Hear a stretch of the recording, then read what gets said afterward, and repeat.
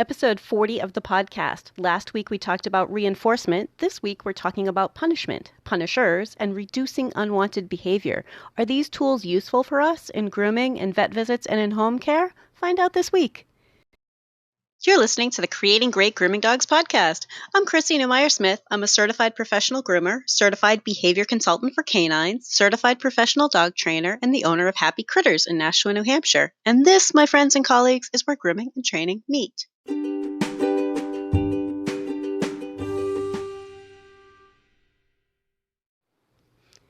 This week, we're going to discuss what it means to have a behavior punished. What exactly is punishment when you punish a behavior? When you punish a behavior, it means that that behavior is less likely to reoccur, it is stopped, it won't happen again, or it's less likely to have happen again. So, is that a useful tool for us in grooming and vet visits and home care? I'm going to start you off with an example today. So, if a dog is on your table and does something you do not like or you do not want to have continue and you say no, did you just punish the behavior? I want you to really think about that because many of us have a very simplified view of what punishment is. I didn't like that, so I'm expressing my displeasure or I gave him a reprimand. And is it that simple? And no, it's not, because we don't know if yelling no worked until the dog stops doing that. Because punishment is only a punishment if it reduces the behavior, much like reinforcement is only a reinforcer if it increases the behavior, the target behavior, the thing that we are working on specifically. So if we simply say no, or were to, jerk on a leash or something like that, if it does not reduce that behavior from coming up again, it was not punished. We simply expressed displeasure or, gave a yank of a leash or, it's not about how we feel. It's about how the behavior changes. So last week we talked about reinforcement and that we know if a behavior is being reinforced, it'll occur more often or it happens for longer bursts or duration. And the opposite of true is true of punishment. So it should happen less often. It should happen for shorter duration if it was truly punished. And that's really where I find a lot of people get stuck because they're thinking, I have to express that I am not happy with this. But not happy with something is different than a punishment. So when trainers talk about punishment, it means the behavior has been reduced or stopped, and it doesn't come back under the same circumstances again. And I want you to think about times when you've tried to discipline a dog, right? We'll use the term discipline, like when you're like, I am not putting up with this. I am very unpleased. Is that what you observed? Did the behavior decrease, lessen, or go away? Is that what you have observed? And in some cases, that could be true. But I want you to be thinking like a trainer and observing the behavior. What would be needed to reduce or stop a behavior? And I want us to think about that for a moment. What would we need to reduce or stop a behavior? We would need to be adding something. That's the positive in positive punishment. If we're looking at the 4 quadrants, right? There's positive reinforcement, negative reinforcement, positive punishment, and negative punishment. We're adding something that a dog would dislike or want to avoid would be a punisher. That would reduce a behavior. So it's actually positive punishment. Something added, algebraic positive, something added to reduce the behavior. And those kind of things are things that a dog would dislike or want to avoid. So let's talk about, does yelling no work as a punisher? And it would depend on the individual dog.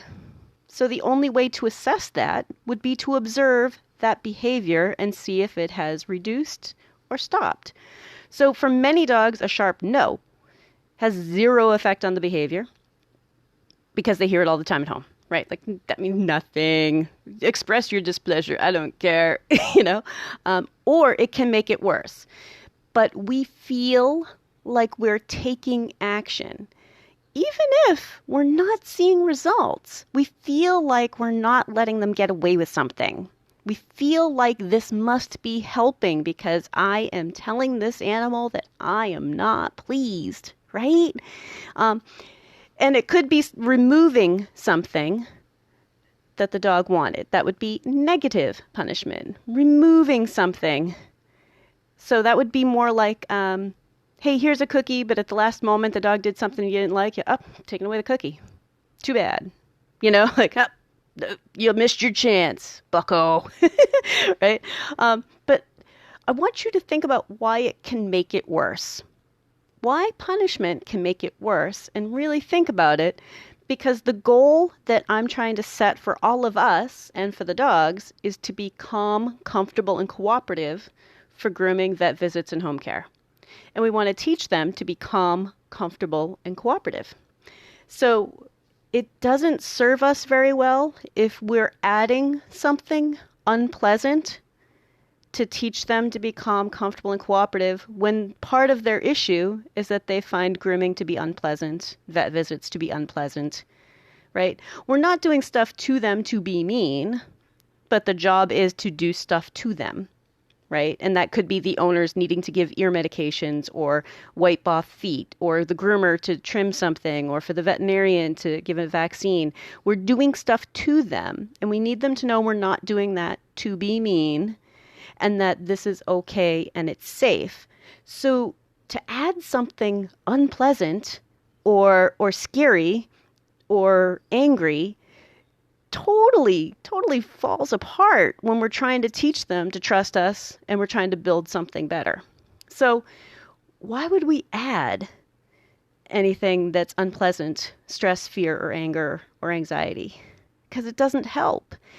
So it's not about making a judgment call about using punishment or not using punishment because punishment is mean. That is not what I'm going for at all. What I'm saying is punishment in this situation isn't what we're looking for. It's not a good choice. It's sort of like, all right, well, maybe your car's not running right. Do you need a new transmission right now? There are lots of things that could keep a car from running right. So maybe the transmission isn't the thing that we need to work on, right? No, it's no secret that I am a positive reinforcement trainer and I'm always trying to build behaviors, but it's not because I'm trying to vilify anyone who uses punishment. I want to make that really, really clear. I just want you to start thinking, this is the no-nonsense fast track. Like, yeah, why would I do something that makes it worse? Interesting, right?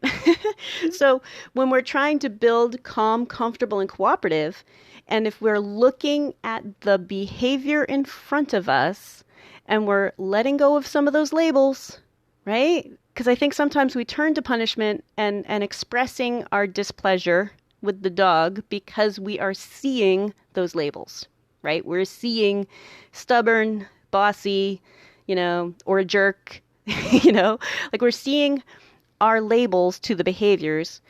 But when we back off a little bit and say, what behavior are we seeing? What do we see, hear, and feel? Is a dog that is uncomfortable, or a dog who is scared, or a dog who is confused? Not necessarily something that we would want to punish, right? So we'll talk more about that in the next part.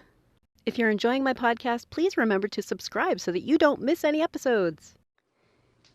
If punishment is meant to reduce a behavior or get rid of a behavior, even if it is successful, now I want you to think, does the dog now know how to behave properly? Do they know what to expect from grooming? Are they feeling calm and safe? If they are now no longer lunging and biting, are they actually standing still and loose and letting us reposition them and touch them with tools? Right? So I want you to be thinking, have we built that trust with that person working on them? Have we achieved the 3 C's? Calm, comfortable, and cooperative? And the answer is no, because we still need to teach that. So when I talk about punishment being kind of a waste of time, it's because we still will have to teach them to be good, right? We still have to work on what we do want. And that's the fast track, and that's the no nonsense. So I'm going to give you an example, a workplace example, that I find a lot of my customers understand. So even if it seems a little basic for trainers who are listening, I think it's important for us all to have some ways to express things to owners because it just makes life easier if we can also tell owners why we're not using a punishment. So imagine you have a job and you are working at a pizza place, right? And it's your first day and they're like, okay, just, we're going to have you answer the phones. So you pick up the phone, Joe Schmo's Pizza, what can I get for you? And someone says, no, knock it off. Right? Okay. Joe Schmo's Pizza, may I take your order? No, knock it off. That's enough of that. Like they're not giving you any clear information. And it's a job I would probably leave. There's only so much of that I would take before I would be like, why don't you just teach me how to answer the phone? Right? Because what we want, even as people, when someone is instructing us, is for that coworker or that supervisor to say, okay, before the phone rings, this is how we pick it up here. Hi, Joe's Pizza. How may I take your order? Right? Let's practice it. Practice it a few times before the phone rings. Okay, the next call you're picking up, and then coach you on how well you're doing. Right? That's how we want to learn things, and that's how our dogs like to learn things too. I know that sounds very anthropomorphic, but over the years, using lots and lots of different methods and lots of time spent with dogs, if we make it clear, this is what I want from you, they usually are willing to do it. So if we're spending the time saying, okay, you're on the table and I want you to be loose and I'm going to touch you with things and I'm going to turn on loud noises and I want you to be calm for all of this, right? Not excited. It's not happy peanut butter time, right? It's because that's just as dangerous. We don't want to, nick dogs with tools. That's just as crazy. But we want them to be calm and comfortable and cooperative and work with us. We want to be able to reposition them. We want to be able to lift a leg, lift a tail, pull up a chin, move an ear. And we need to be able to help them understand that this is normal. This is what we're doing. And if we simply try to teach them, don't bite me, you jerk, right? We haven't effectively taught them the other things that they need to know. So I want to propose that this isn't about not using punishment for any wishy-washy reasons, even though I have plenty of wishy-washy reasons. But this is not a judgment call against people who use punishment. This is why positive reinforcement works better. And we talked about negative reinforcement too, like restoring pleasant. Something was unpleasant and it got a little bit unpleasant. We're like, hey, let's backtrack to some pleasant. Nice job, right? We're building the behaviors that we do want instead of trying to put out fires.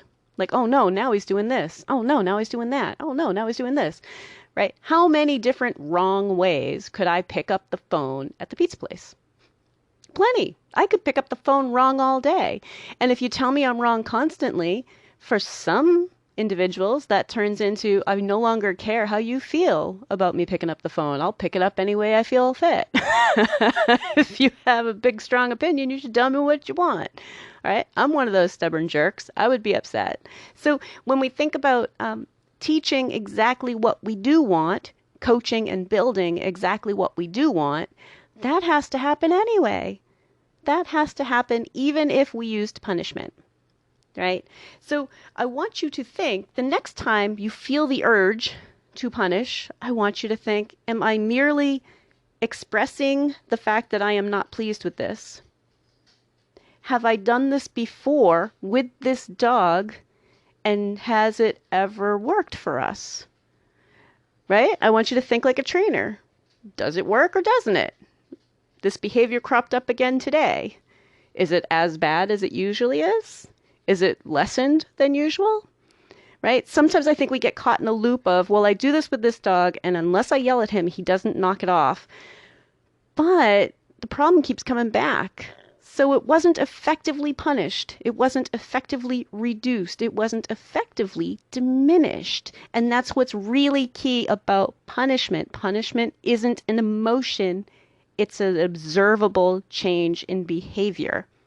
So if you are not seeing that change in behavior, start looking, right? Start thinking, am I trying to fix a label, right? Do I have it in my head that this dog is stubborn or bossy or mean or a jerk or spoiled at home?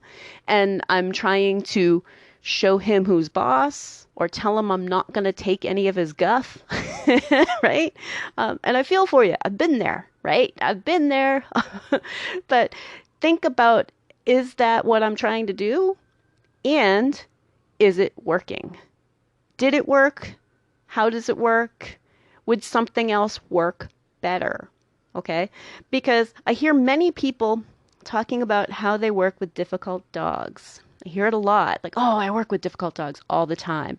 In fact, some of them are like, oh, yeah, that's great that you're doing a podcast about that. I don't need to listen because I already do that, right?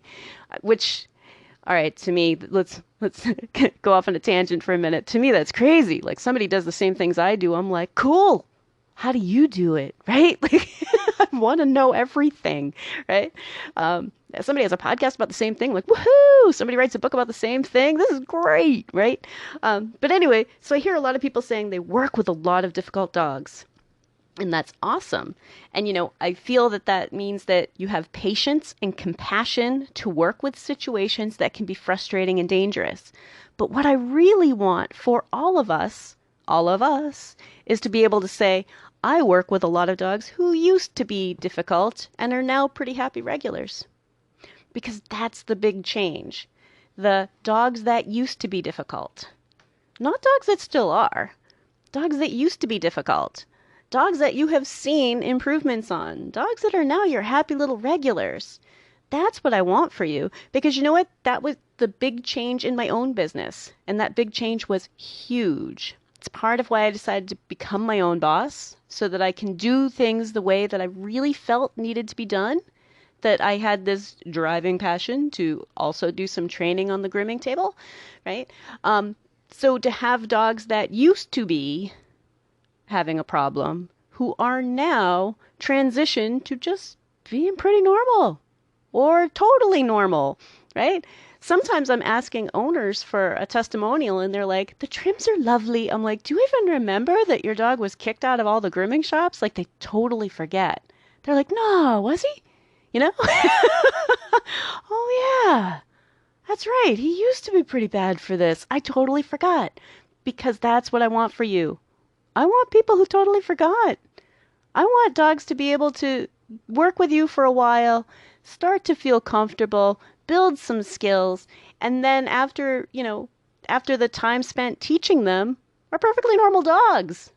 They're going to be lived to be about 15, right? That's usually my goal. That's usually what I'm telling my customers. Like, this is an investment for being 15, right? There's a lot of grooming that's going to happen in their life, and we want them to be comfortable for it. And that is huge, because the change in your business and your day-to-day grooming and safety is huge. The change in the dogs, the levels of frustration for us as groomers or for veterinarians or for vet techs, the levels of frustration go down, because really your wild cards are new dogs. Your clientele have all been working on it and are at various stages of being totally normal or having a little bit of trouble that we're still working on, right? Your customers are happy because now they understand more about not only is it a common problem that we're working on, but that there's a solution and it directly affects them. Because if they have to give ear medication or eye medication or check a bloody toenail in the backyard, their dog understands how to be handled, right? This is worth every minute of effort. Okay, and I know I'm kind of overselling it, the positive reinforcement thing, but it's worth all that effort. And it is very, very different than teaching a dog that you're not going to put up with baloney, right? Because that, again, is expressing displeasure as if this dog is doing it to be mean or to respond to you, when really it's just a behavior that we're looking at. And if punishment, even if it does work, which it often does not, if it does reduce the behavior, it hasn't taught the good behavior. So take off half of the workload by just skipping the punishment. Skip it. That doesn't mean that we're always like, rainbows and flowers. Yay, everything's great. We're just off in happy land. But we're setting dogs up to get it right. We're keeping them out of trouble. right? We're not going to hold them down and force it. And we're teaching our customers that that's not really appropriate. That's not the job. No, we have a safety policy. And for new listeners, there's a safety policy. It's in the first episode. It's over and over again. But there's a safety policy. I'm not here to force your dog into trims and make their behavior worse. We need to be in that mindset that no, this behavior is important for us to address. So, groomers, I want you to think about safety policy and behavior problems as almost like matting. We don't do beautiful, gorgeous trims over mats. We have to address the mats. We don't do beautiful, gorgeous trims over behavior problems. For the same reason, it is not in our dog's best interest, and it's not in our customer's best interest, and the behavior problem is still going to be there, and we just aggravated it more, right? So we don't do perfect nail trims on dogs with health problems, or sometimes we can, but if a dog is super, super scared or something, right, most of us are like, okay, let's just do quick, right? We should be thinking the same thing for a behavior problem. Like, okay, I don't want to stress you out with this. Why does a dog need to have a heart condition before we worry about stressing them out? Or for a puppy, with a puppy, we're very, very aware of if we're stressing them out or not. We should be like that with all of the dogs. And we should be telling it to owners as if this is just the way we do business. And it's in their best interest, but treat it like mats. We don't do perfect trims over mats. We don't do perfect, beautiful trims over behavior problems, right? A car analogy. It's like painting over rust. The rust is still there. We're just painting over it, and it's not going to last. It's going to keep bubbling up. It's going to keep being a problem, and it's going to grow and grow, right? So I know that's a lot, but I wanted you to know a little bit about punishment and that it's not about making judgment calls about people using punishment or punishers or, the kind of people who would do that, right? That's not where I'm coming from at all. I'm coming from a point of view that says the behavior we want is calm, comfortable, and cooperative, and we want them to trust us and feel safe and let us do our job. And that is achieved through teaching them that everything is safe, everything is fine, and being patient and gentle and using rewards. The weekly action step this week is I want you to start being aware of times when you think you should express your displeasure to this animal. And to step back and look at the behavior instead of the perceived argument. Right? Is this dog arguing with you? Is this dog giving you a hard time?